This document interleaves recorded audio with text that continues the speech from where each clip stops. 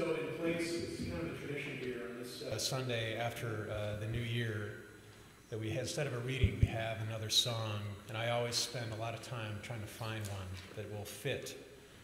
So this year, the song that I found is by Doug Seeger, who actually less than a year ago was singing under a bridge, homeless in Nashville, Tennessee. Until he was heard. Now in Sweden, apparently, they're huge country fans. And so they would come over to Nashville, and he was heard singing on the street by these two Swedish recording artists one afternoon. You can watch it on YouTube. I encourage you to go check it out. Doug Seeger's Found. You just put that in, and it will come up.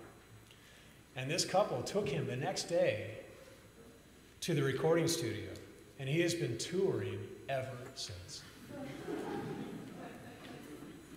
including 2 shows in Somerville in the fall, and an interview on WBUR, On Point, which is when I heard him. The song he was playing on the street that day, the one that he wrote, is called Going Down to the River, and it will be played by, this is our Whimsy Band. I think they've renamed themselves. On a Whim. Go to it.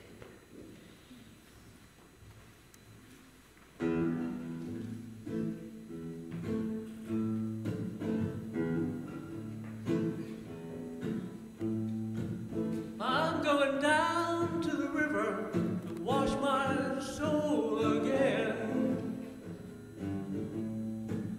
I've been running with the devil, and I know he's not my friend. I've been falling by the wayside, living in this world of sin. I'm going down to the river, gonna wash my soul again. I'm going down to the country to bury my head in a creek. I'm gonna jump in the water and baptize both my feet. 'Cause everywhere I've been walking, I'm getting in trouble deep. I'm going down to the river, gonna wash my soul again.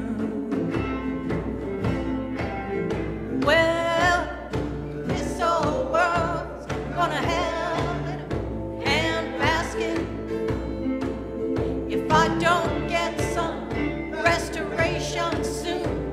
Gonna end up in a casket. Ooh.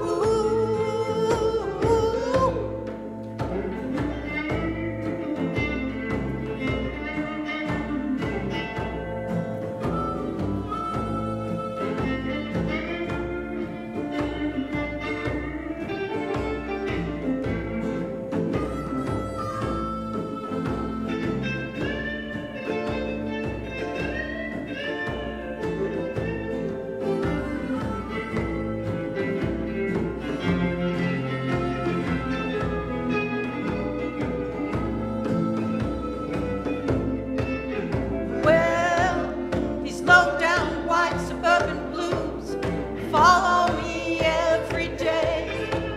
If I don't get some real relief real soon, gonna carry me away. Ooh. I'm going down to the river to wash my soul again. I've been running with the devil, and I know that he's not my friend. I've been falling by the wayside and living in this world of sin. I'm going down to the river, gonna wash my soul again. I'm going down to the river, gonna wash my soul again. I'm going down to the river, gonna wash my soul again. I'm going down to the river, gonna wash my soul again. I'm going down to the river, gonna wash my soul again. I'm going down to the river, gonna wash my soul again. I'm going down to the river, gonna wash my soul.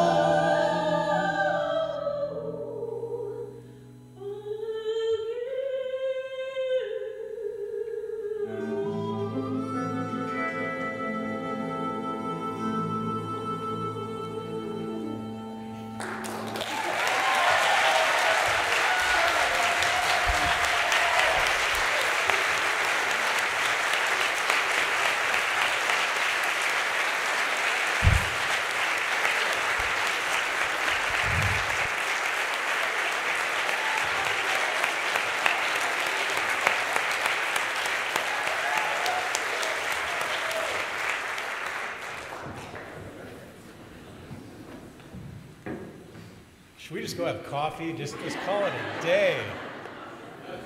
That's right. That's right. Well, there just are not words. Amazing job. Amazing. Al, in particular, and Tim, I'll email them and I'll say, hey, here's the YouTube link. And my family's been suffering that song, right, for ages, right? And Al just says, we'll make it work. And that's like a couple rehearsals, so that is incredible. Let's take it on the road together.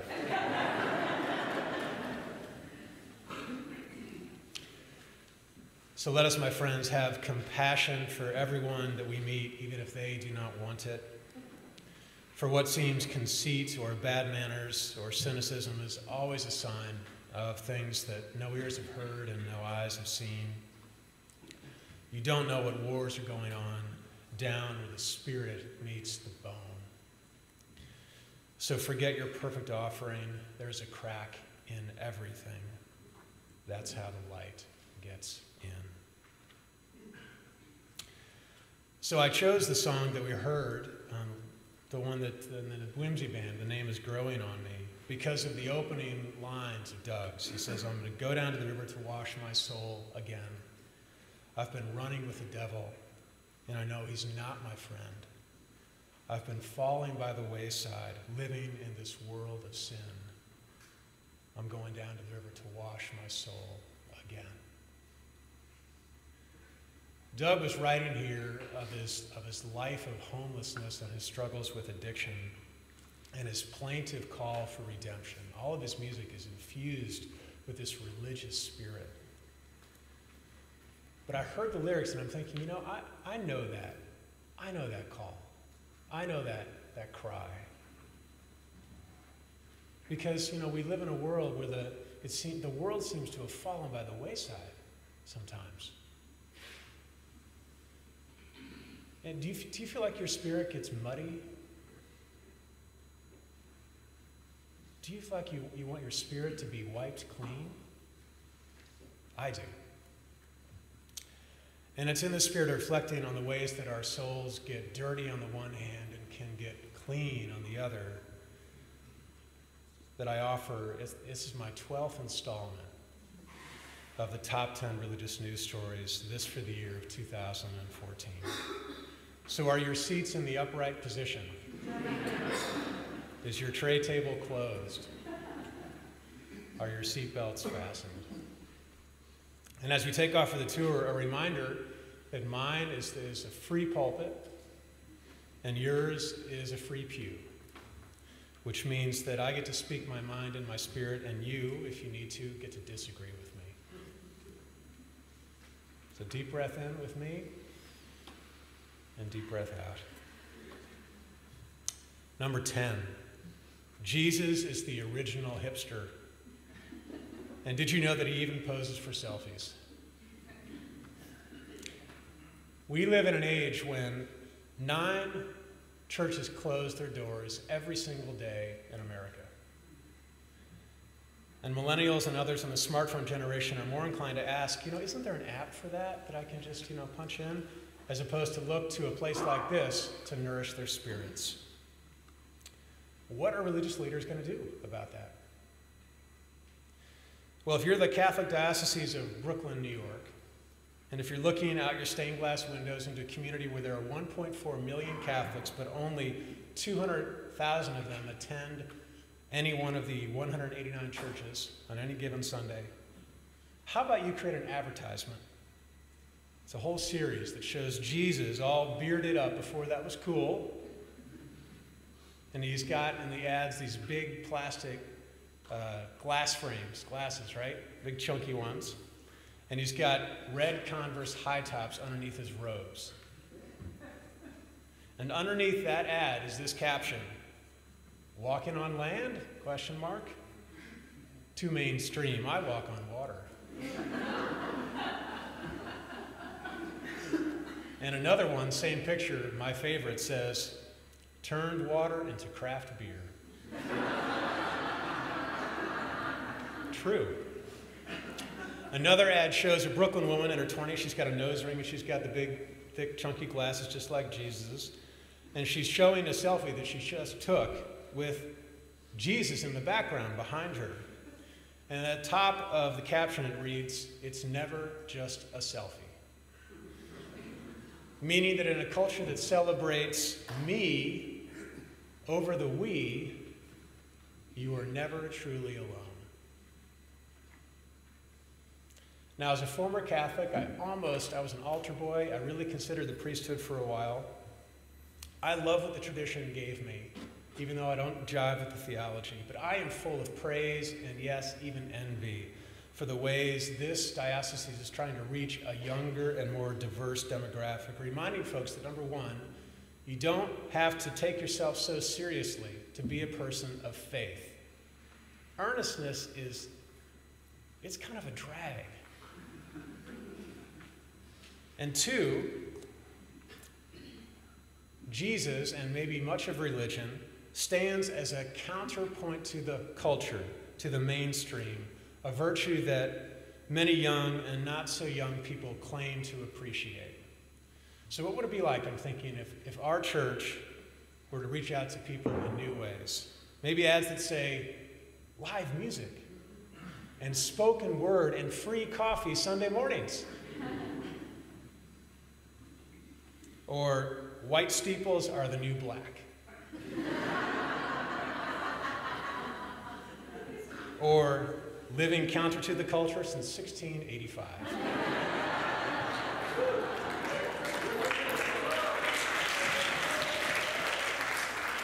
My point is this: we ought never be satisfied, never, with the status quo. Better to ask, who is missing? Look around the pews. Who is missing? And let us go from there. All right, number 9. Hey, can I get a larger popcorn and a Coke to go along with that Bible? I have fun with these titles, you can tell. So pop quiz for you. How many of the top 15 highest U.S. grossing movies of all time, adjusted for inflation, star comic book characters? 0. How many of those top grossing, adjusted for inflation, movies of all time are based on the Bible? 2. 10 Commandments and Ben-Hur teamed up for $1.8 billion in adjusted domestic ticket sales, which is more than Avatar, The Dark Knight, and Transformers combined. So in 2014, the tradition continued with Russell Crowe as Noah and Christian Bale as Moses. So, if the Brooklyn Diocese can't reach a younger audience, maybe Hollywood can do it for us. Consider this 2014 release schedule. On February 28th, 20th Century Fox opened with Son of God, a Jesus biopic, culled from History Channel's hit 2013 miniseries, The Bible. Paramount came next with Noah, the epic reimagining of the life of Hebrew Bible's most famous boat builder. In March, the film God Is Not Dead debuted, raking in $60 million as audience clamored to see the film about the devout Christian college student who must prove the existence of God or else his college philosophy professor will fail him. I haven't seen that, but I really want to go see it. In April came Heaven is for Real, about the dad who's a minister of a boy who claims to have experienced the afterlife after a near-death experience. And then just in time for the holidays, the Mother of God drama Mary, starring Ben Kingsley and Julia Ormond, opened, right along with Ridley Scott's Exodus. How many of us have seen any of those movies? Just raise your hand. Wow, like a significant, no, I haven't seen them either, but that's just good for us to notice. Other faith-based projects in the pipeline include Cain and Abel movie directed by Will Smith, and a film on Pontius Pilate. And guess who's playing Pontius Pilate? Brad Pitt.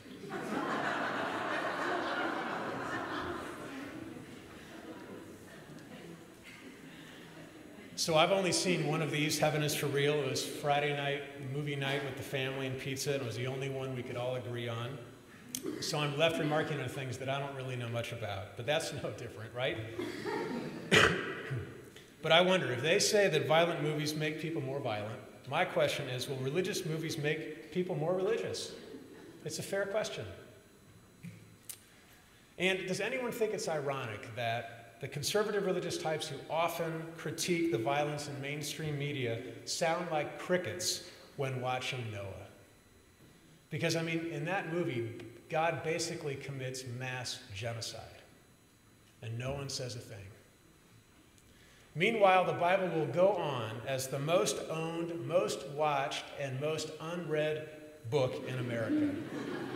How do I know this?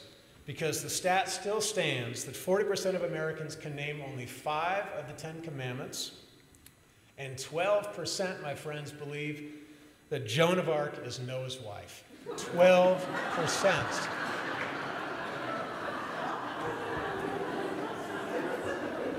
True. And I see some of you going, I thought that she was.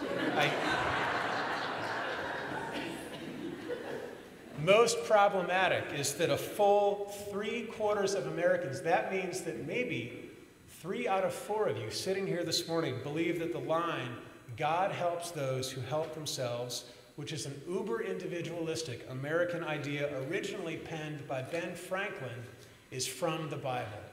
3/4 of Americans believe that. Few ideas could be further from the gospel message with its call for radical love of neighbor. Do you see now why I urge us to read this book? Do you understand why? At the very least, it means we can go to a movie and say, you know what? The book is better. And point out when folks who claim to be biblically centered are radically wrong. We have a responsibility, you and I. Okay, number 8, prayers with feet. Imagine this. Noah's Ark lurched. An inflatable mosque and a Hindu temple bounced alongside the ark as pagan drums sounded. And alongside all of it are Hare Krishnas dancing next to a bunch of Unitarian Universalists with yellow t-shirts that read, "Standing on the Side of Love." On Sunday, September 21st, more than 10,000 people of faith huddled together in Columbus Circle in Manhattan, waiting to join the largest yet show of public will to address climate change, largely in response to the environmentalist Bill McKibben, who in a Rolling Stone article made the call and said, if the Bible means anything, Bill, who's a practicing Methodist, if the Bible means anything, it means that we need to care for the world that God has given us. 400,000 went to the march. 30,000 attended the interfaith service held there, which for all the dire warnings around climate change also had an air of hopefulness. We will overcome. That famous civil rights song broke out in a chorus in that service, and some held signs saying, pessimists don't attend marches. We gather because our theology says something can and must be done, and we are agents of change. Earlier that summer and later that fall, religious leaders of all stripes led peaceful protests against racial injustice in Ferguson, 8 miles from where I grew up, and the New York City police shooting of unarmed black men. Clergy and faith-based groups' peaceful response stood in stark contrast to the violent outbursts happening in their midst, including most recently the assassination, which is the only word for it, of 2 officers in their car in New York City. And then after the 16-hour hostage-taking by a so-called, and I use that word intentionally, Muslim extremist in Sydney earlier this month, resulting in the death of 4, some Muslims in Sydney used social media to report that they were scared to get on public transportation because of possible retaliation.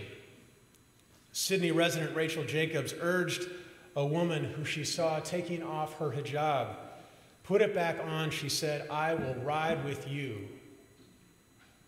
And then took to Twitter with the hashtag "I'll ride with you" to urge others to ride with Muslims who may be traveling alone in religious garb. And within hours of Rachel's tweet, it had been retweeted 120,000 times, giving Muslims and the rest of us a way to stand up against Islamophobia and religious bigotry. Proverbs, speaking of Scripture, says it so well. It says, "Pray and then move your feet." Which means that we can't be people of faith unless we use our bodies to express our values. Or to put it another way, less lips, more hips. I think I've coined that phrase now. Let's keep moving. Number 7. How we doing? We're going to be here a little while today. Who said Nathaniel Hawthorne is old? Or clergy don the scarlet letter? So sigh with me. Do you know what one of the nicest things about my travels over this holiday season was, aside from the 80 degrees that I felt on my back in Curacao, which I mentioned just to make you a lot jealous? The nicest thing was that not once was I asked, "What do I do for a living?" Because every time that I end up having to apologize for clergy I don't know, churches I don't belong to, or religions that I don't claim. Every single time. Among the clergy that people have asked me to explain, as if I would know, are, and they say, "Did you hear of so-and-so? This is why I don't go to church." Mark Driscoll, who built a church and publishing juggernaut amid blunt talk of sex and strict Calvinism and male authority, resigned under fire from his Seattle-based congregation when he was accused of bullying and misappropriating donations. And then Bill Gothard, who's a prominent speaker, another advocate for male authority, and faith-based homeschool movement leader, resigns as the president of the Basic Life Principles Institute after his board learned of sexual harassment accusations against him by more than 30 women. And then in late September, on a Monday morning, my phone rings at home, my cell phone. It's from the dean of Andover Newton Theological School, where I serve as adjunct faculty. And it's about 2 hours before my Unitarian Universalist worship class. I have 30 students I did in the fall. And she's calling me, Sarah's calling me to tell me that as she's talking to me, the new president, Martin Copenhaver, who is the minister at Wellesley Village Church, it's a big, big one, right in the center of town over there, is telling the students, as I'm talking to Sarah, that he has just confessed to having an extramarital affair for 4 years. And he only owned up to it when he's confronted by a board member. And so in contrast to the other examples, Martin has kept his job. The dean saying to the students later that day, "We have a theology for this. We believe in redemption. We believe in forgiveness. And we are reminded that ministers are flawed people too." To which I say, of course, amen. And still, I will admit that I read Martin's words that I've loved. I have all of his books on my shelf. I read those words with a different, more wary eye. Like I don't quite believe him when he tells me in a sermon to tell the truth. Do we hold our clergy, like our public officials, to a higher standard than other people? And the answer to that is absolutely yes, which is why I told the students that day that this calling expects us to be better than we otherwise might be.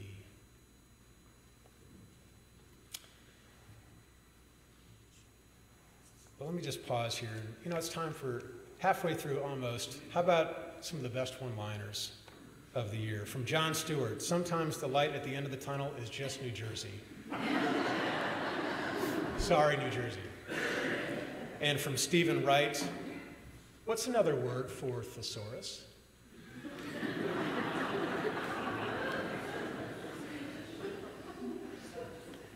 Okay, back to it.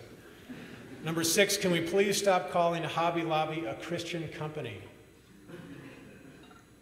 This summer, the Supreme Court ruled in favor of Hobby Lobby, a retailer owned by a conservative Christian family that objected to paying for certain contraception coverage that it deems akin to abortion, saying that it violated their religious freedom. There's so much to say and to think on the story. Karen was raging around the house for weeks after this broke. But here are just 2 things. Because the court did not explicitly name Hobby Lobby's First Amendment claim, the disturbing trend of seeking religious license to discriminate in the Constitution's free speech protections is going to continue, my friends. In some states, opponents of homosexuality have tried to argue that Christian caterers should be subject to discrimination laws if they don't accept gay customers. Sooner or later, the court must reinforce that a business owner's religious beliefs do not create a legal reason to violate a worker's rights. And 2, can we please stop calling Hobby Lobby, a company that makes most of its items in China, where the minimum wage is $9 a day and child labor is rampant, a Christian company? Because if you're going to live by that label, you're going to have to explain how Jesus' calls for economic justice and concern for the least of these somehow doesn't apply to your business deals with companies who allow us to buy those cheap gnomes and wicker baskets for next to nothing. Can we stop allowing the Christian label, my friends, to be taken from us without a challenge? Or the religious label, we just give it away to them. Number 5, frocked, defrocked, and then frocked again, while a new kind of frock fits under that mitre hat. So last year I told us the story of Reverend Frank Schaefer, who was defrocked from the Methodist ministry after officiating at the wedding of his gay son. But frockless but not feckless, Frank went on to the road preaching in any religious community that would have him, including some of our own Unitarian Universalist ones, how he felt called to bless his son's union and how that calling was stronger than any church teaching. At the same time, he appealed the decision of his defrocking to the Methodist Church's Supreme Court, the existence of which is really a story of its own. After 6 months of testimony and deliberation, which, by the way, is about how long the case against the Marathon bombing is going to take, apparently, the church's top court upheld Schaefer's appeal in acknowledging that some within the church do not support the outcome. Frank has since taken up a new ministry position in Santa Barbara, California. Meanwhile, across the pond, the Church of England ended centuries, as in from 1534 until a couple of weeks ago, of male-only leadership in the church when it named Reverend Libby Lane as the Bishop of Stockport. She's an Oxford graduate, and she's a keen supporter of Manchester United football, which is not an insignificant attribute in England. She was first ordained, one of the first women to be ordained in 1994, the first year that the church ordained women. And she's expected to be fast-tracked into the House of Lords in the new year with PM David Cameron's encouragement. Hearing all of this, the Queen, who is not known for her demonstrative emotional outbursts, was heard to be smiling at the news.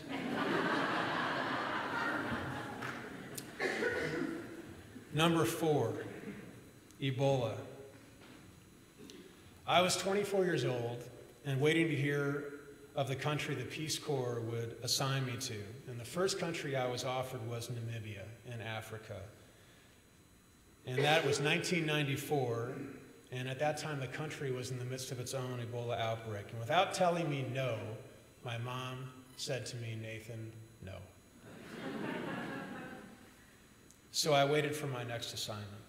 This year, as Ebola has exploded in Liberia, Sierra Leone, and Guinea, and infecting as of yesterday, as I looked, 20,381 people, and killing 7,989.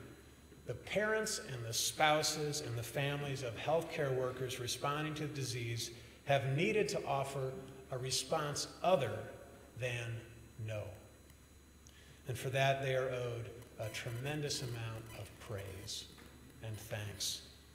It is no accident, I think, that many of the responders were religious missionaries, including Dr. Kent Brantley, Nancy Wright-Bull, and Massachusetts native Rick Sacra, 3 of the some 900 doctors that Samaritan's Purse sends to Africa every year to work in missionary hospitals, all 3 of whom contracted the disease and were successfully treated back in the U.S.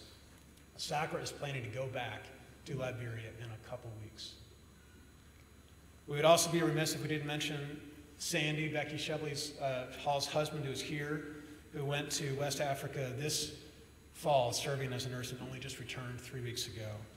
So say, my friends, with me one word: courage. Courage. Meanwhile, after Liberian immigrant Eric Duncan contracted Ebola and traveled to Dallas, ultimately dying in the hospital there, in the days and the weeks after his death, the community of Vickery Meadows, where Duncan had stayed prior to the hospital, going to the hospital, that community began to be ostracized by everyone around them for fear that others in the community would be infected. Food was short, and volunteers to help Duncan's family could not be found. Then Pastor Brent Berry of the local North Park Presbyterian Church raised his hand and led an interfaith coalition of churches and temples that pledged to stand by the people of Vickery Meadows. And after his church got involved, the pastor reported that the vacant volunteer spots had suddenly filled up. So when people say they don't believe in religion or attend church because of bad actors in ministry, now I will tell them of Reverend Brant Berry, and you should too. Brent, praise, and thank you for wiping my soul clean.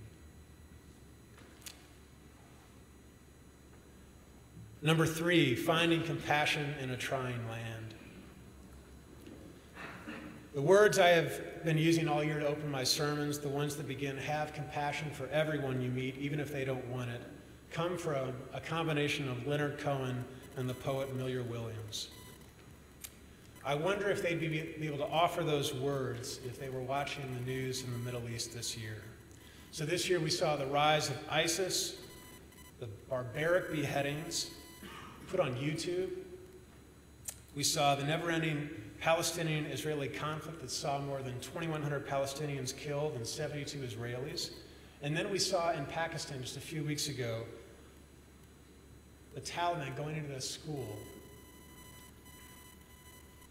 and killing all of those children, 126, in revenge for the schoolgirl activist Malala receiving the Nobel Peace Prize. The region seems to be like on fire. And here in this country, we've heard the news for so long that if we're not careful, we will forget where the soft part of our heart is. But then Krista Bryant, who's a Christian Science Monitor reporter, tells the story of the time this summer when she visited a Palestinian home that had just been destroyed for the second time in 2 years. As she visited the home, she crunched across the floor of broken glass and mangled pots and floor tiles and red polka dot cupcake holders. And she made her way with the matriarch to the garden outside the house, which was untouched. And standing under the trellis, the family picked grapes for her. And then they gave her figs. And then they pointed over there to the corner, to the rose bush, where one of the daughters loved to come on ceasefire days and pluck a blossom of hope. And as Krista turned to leave, the matriarch reached out to her and gave her something. That something was a rose. It was the last rose that she had.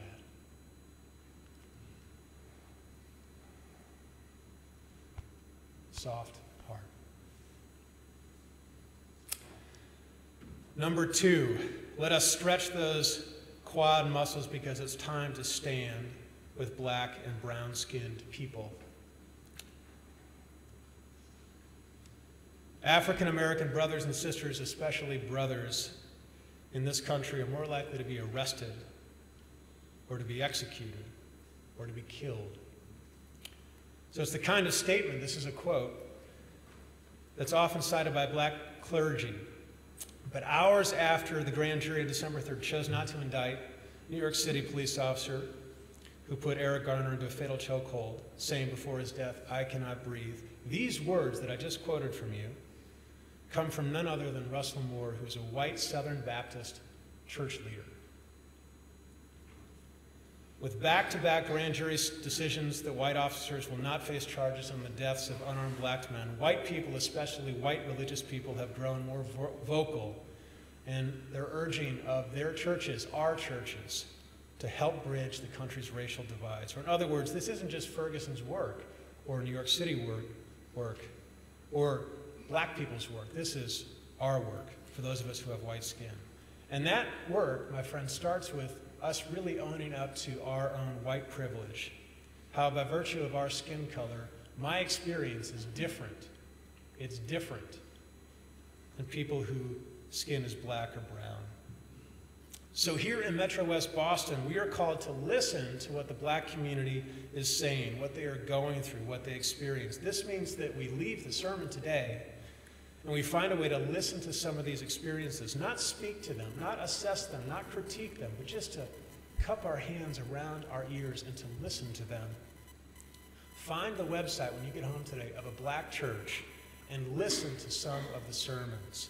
Watch or listen to a news channel that is geared towards black folks. Open a conversation with a friend or coworker, because as President Obama has said, when any part of the American family does not feel like it's being treated fairly, that's a problem for all of us.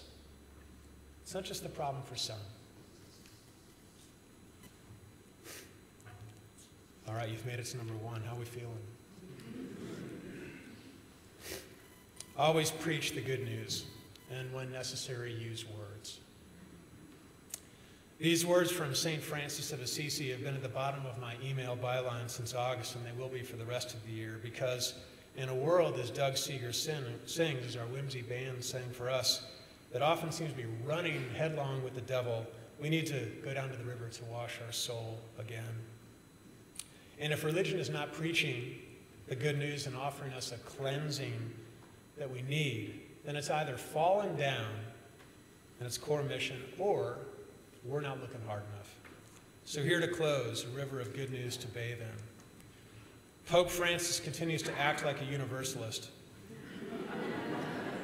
by preaching a message of inclusion and welcome, saying that inside every Christian is a Jewish person. Asking the bishops to consider how to welcome gay, lesbian, and divorced Catholics, turning an investigation into American nuns he inherited from his predecessor into an opportunity to praise them, playing a crucial role, because he's not tired yet, in mediating a new thaw between Cuban and American relations, and, if that weren't enough, ingratiating himself to pet lovers everywhere by telling a young boy who had just lost his dog that, "My son, all creatures will be welcomed to the new creation together." My golden retriever, upon hearing the news from NPR, looked at me and said, "Can't we just be a little Catholic?" Meanwhile, Malala, the Pakistani schoolgirl who made my list last year for standing up to the Taliban because they tried to kill her for advocating education, became the youngest person in history to receive the Nobel Peace Prize. Next, Los Angeles-based deacon Scott Klassen received his Episcopal ordination in a laundromat as part of Laundry of Love, a program in which homeless people or anyone in need may drop by to do their laundry for free with quarters, soap, and machines provided. And last, to bathe in Sama Ada, who was prohibited by soccer referees in Aurora, Colorado for playing a game due to her hijab.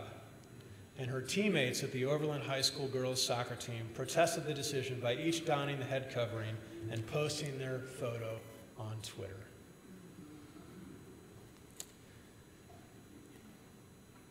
This congregation, all of you, wash my soul clean all the time. And there are so many other stories of redemption and hope that will help bring some shine to your spirit and shine to your world in the midst of headlines that can seem dark and muddy. So all we have to do is go down to the river and step into the waters. And one of those springs is in this room. It's right here in this congregation. So please accept my invitation for you to wade in with me. Because together we can wash the soul of our little corner of this holy earth. I believe. Happy New Year. Let us say amen.